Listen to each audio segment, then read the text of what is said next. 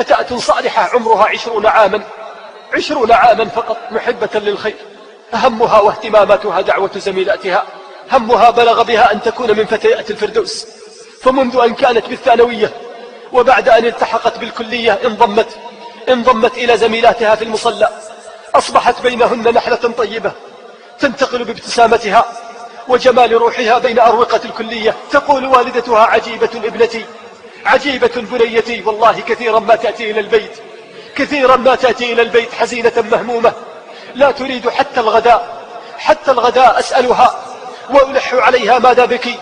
فتقول ودموعها تسبق كلمتها: يا أمي لا أدري ماذا أقول، فقد مر علي هذا اليوم بالكلية، مر علي هذا اليوم في كليتي ولم تقبل علي تائبة واحدة. يا له من هم، هذا هو الهم الذي نريد. تقول: لن أنسى تلك الليلة حيث لا أعلم ما الذي أيقظني على غير عادتي في الثلث الأخير من الليل، فإذا بي أسمع همسا في غرفة ابنتي.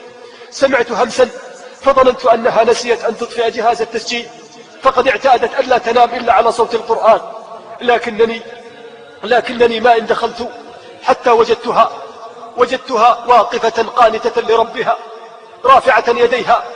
كم تأثرت والله، تأثرت ليس من وقوفها وصلاتها، فهذه هي عادتها.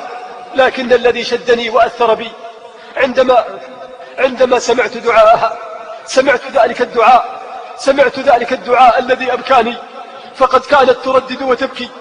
أتدرون ماذا كان دعاؤها؟ كانت تردد وتقول: ربي إلهي اجعلني سبب هداية زميلاتي، ربي اجعل سبب هداية زميلاتي وتوبتهن على يدي. يا ربي إن كنت لا أستحق أن أكون من الداعيات في كليتي فلا تؤخر توبتهن بسبب ذنب أذنبته في حقك.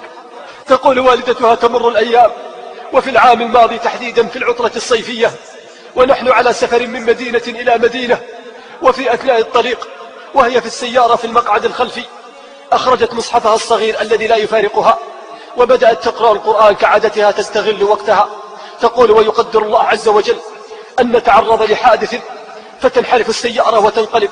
انقلبت السيارة فقد جاء وعد الله أنجانا الله جميعا إلا هي يبحثون عنها فوجدوها ميتة بوجه